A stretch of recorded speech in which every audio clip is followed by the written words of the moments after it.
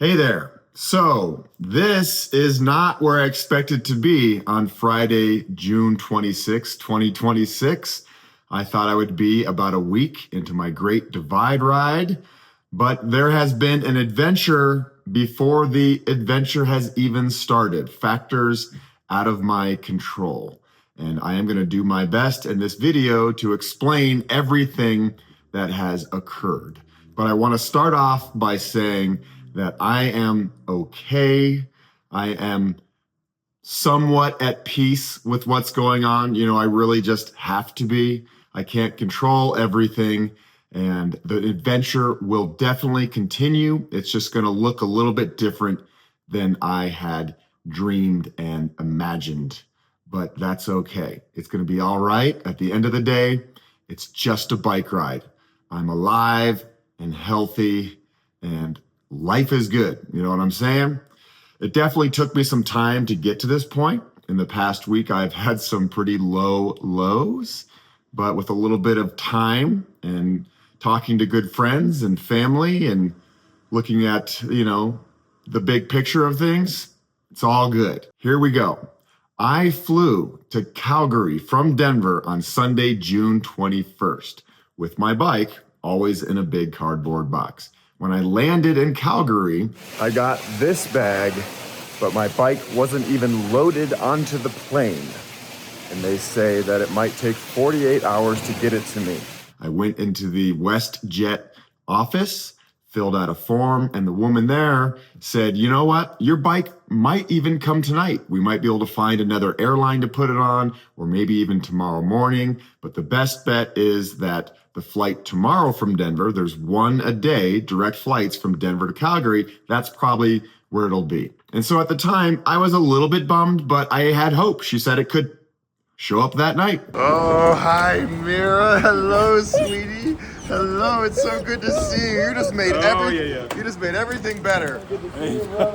Let's go ride bikes when I get it. Maybe.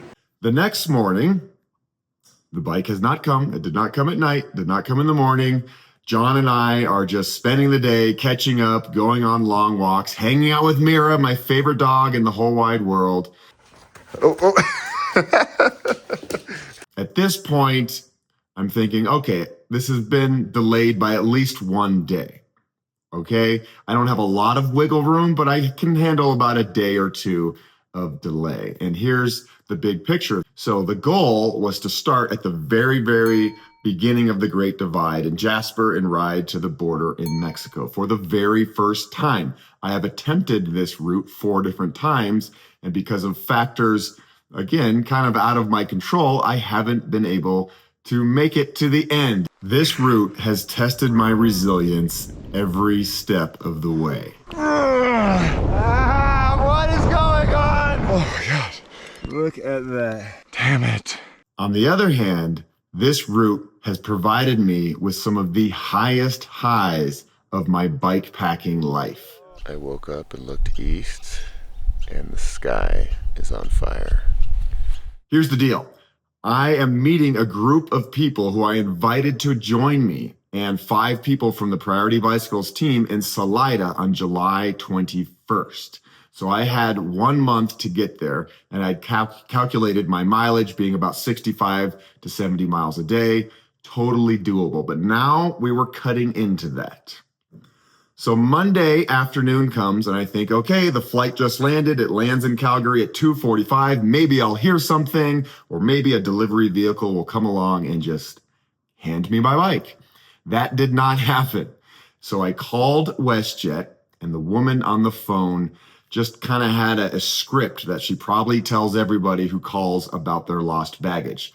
She didn't know anything. There were no updates. She didn't even know if it was in Denver or Calgary or Honolulu or Timbuktu. She didn't know anything, which is a tricky position for me to be in because I would like some information. And I'm thinking, as I'm talking to her, isn't there anybody that I can talk to that can dig into this and figure out what's happening? She says no. So Monday evening, it's a beautiful evening. By the way, it's like the longest day of the year. I'm up north, so the sun is shining to to like 10 p.m. It's beautiful. I'm spending good time with John and Mira, taking Mira on walks and playing Frisbee.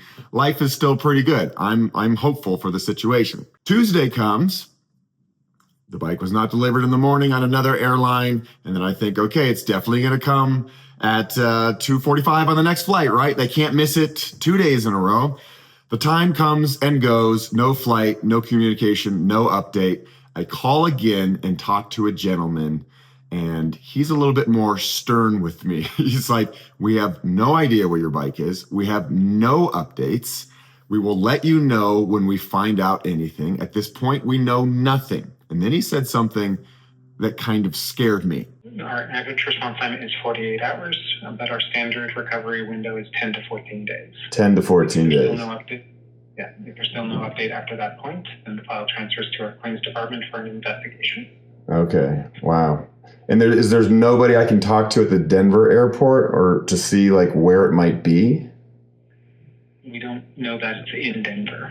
So the Calgary airport agents sent a message to Denver to confirm whether or not they had loaded it. Denver has not responded with whether or not they still have that. Mira, I need to cuddle. Where are you? So at this point, I start getting a little panicky because things are really out of my control and I'm not getting answers. And now I start thinking about alternate plans to get myself riding a bike. So I call Dave and Connor at Priority and tell them that I might need a bike sent out to me because I don't trust that WestJet is going to find this one. Can you please send a new one? Not everything happens the way you want it to. It's just normally doesn't happen as early. Exactly. The tricky part with that is even if Priority sends overnight to Canada, it's not going to get there overnight. It could get stuck in custom. There could be a whole fiasco just with that. It could take 2 to 3 to 4 days. And at this point, John's like, well, we probably aren't going to be able to start in Banff or Jasper. We'll start in Banff. And so that will catch us up to where you would have been. I'm at peace with that. It's still pretty much the beginning of the Great Divide. That night, we go on another walk with Mira. We're having a great time. There she is in her element. And then I start thinking, well, maybe sending a bike to Canada isn't a great idea because it might take a while. Then John says, I could drive you to the border with Canada and Montana. And that was like a 4.5 hour drive for John. And I was really excited about riding my bike with John and Mira. We hadn't gone on a bike packing adventure in many years, and we always have so much fun. Hi, girl. You're my favorite in the whole wide world. So then I think, okay, that's probably the best bet. John, you're so kind to want to drive me 4.5 hours. So I call a hotel in Eureka, Montana, and I book the last room. And I tell Dave at Priority to send the bike there because there's a better shot of the bike getting to a town in the United States than Canada. That night, I start looking at the weather forecast, and it looks really scary. There is a major cold front coming through the Canadian Rockies, Northern Rockies, through Montana, record low temperatures, snow in the high country, 1 to 2 inches of precipitation, and it's going to last through like Monday. So now I'm thinking, if I get a ride down to the border and get a hotel room, the weather's going to turn. I'm just going to sit in this hotel for like 4 days before I can even ride comfortably. You all know I don't really like riding in cold. I already did that during the Tour Divide race in 2024 on pretty much the same section. Didn't like it. No, thank you. Oh, God, I am so uncomfortable right now. Oh, my God. And at this point, I'm like, am I making the right decision? Am I not? What should I do? I'm just kind of torn with everything that's going on. I send out a text to Connor and Dave at Priority late at night saying, you know what, guys, this is just not going my way. I'm going to throw in the towel. I'm going to fly home. And I'm just going to do the Salida section. Kind of a little bit of a temper tantrum. That morning, I wake up. They've sent text replying to me. They say, whatever you want to do is fine with us. But as your friends, we think you should still try to ride as much of this route as possible. We think this would be good for you. And of course, they are right. I talked to my mom and my girlfriend, Rachel. They say the same thing. So at this point, it's Wednesday morning in Calgary. And I think, okay, maybe I will fly home and regroup mentally, physically, all that stuff. Dave can send a bike to Whitefish, Montana. I can fly out early next week to Whitefish and start from there. That's a pretty good compromise. That's still most of the route. We're talking over 2,000 miles. I think this is the best plan for the big picture of my journey, but I'm definitely sad that I don't get to ride with John and Mira. But I know that I will find them someday, somewhere down the road. And of course, John is so gracious to drive me back to the airport. So that's where I'm at right now. I'm back in Boulder. I'm waiting out this gnarly storm that's happening up there. And sometimes things happen for a reason. And Dana even said, Ryan, I think the universe is conspiring for you, not against you. Maybe it's preventing something.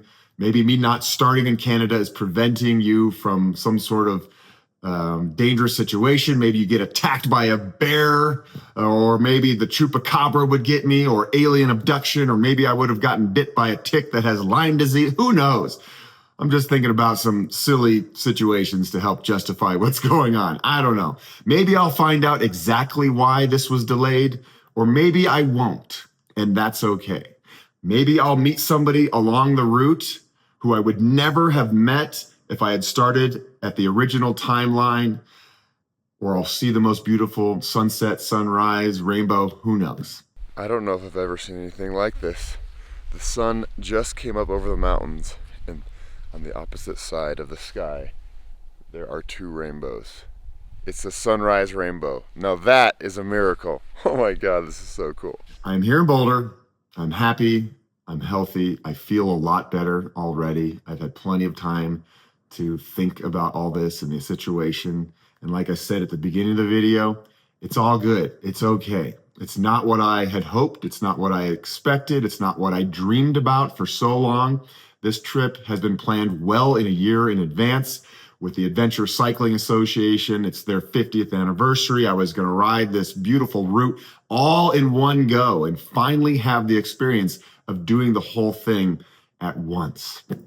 But that's not quite going to happen. So I just want to say thank you to all of you who have reached out with messages of love and support. A lot of you had reached out to WestJet on my behalf to get some information for me. That was amazing. A lot of you Canadians, obviously Canadians are known for being very nice and generous. Lots of Canadians reached out and say, hey, Ryan, you can have my bike, take it and go. You need to get started. And so I'm feeling the love for sure from everybody. I'm feeling the love from the world. I always say that adventures crack open my heart and let in all the good stuff, and I get all vulnerable and mushy. And I feel like I'm already at that point, and I haven't even pedaled an inch. So I know that I'm going into this with an open heart, open mind, letting in all the love from the world and humanity. It's gonna be great. Life is good. And yeah, stay tuned. The adventure will begin. I will fly out on Tuesday to Whitefish and start riding the next day. And it feels weird to be at home. I did not think I'd be here till August. I had it all closed down for a month and a half.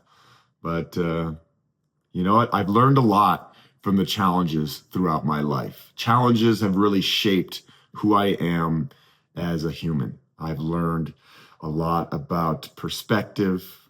I've gained, wisdom, hopefully a lot of wisdom, clarity on different situations. And it doesn't mean I don't have my freakouts and, moments where I'm not in such a good mood. I'm a human, just like everybody else, but I always come around. And sometimes it just takes some time, because what else can I do? When something hard happens, you deal with it and you try to keep moving forward. And you just trust in the process. And so right now, I'm trusting in the process, trusting in the universe, trusting that the Great Divide route has something in store for me. Because again, I have tried this four different times now. And each time has been difficult and taught me something new. And here I go again. So stay tuned, my friends. You are all amazing. I hope you have a wonderful month of July while I'm out there riding on my bike. I will do my best to update on Instagram.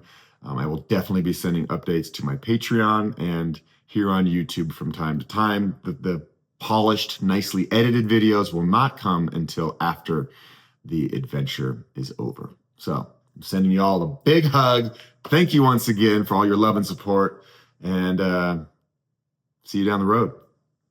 All right, so I don't know if you'll believe this, but in the process of making this video, I got a ring at my doorbell, and look at this. This bike has definitely been through a lot, and it looks like, you know, we've got Canadian tape, we've got TSA tape. It's been through inspections in both places. Wow, it wasn't even really taped. But geez, there's my bike. Looks like it's all in one piece. Now I have a decision to make. There is already a bike on its way to Montana. Dave called about an hour ago and said that one is delayed because of weather. So it might be a better bet to fly with this one again. And if this one doesn't get there for some crazy reason, maybe the other one will get there in time by the time I land on Tuesday. This is wild, but as you can see, humor is the best way to get through these silly situations.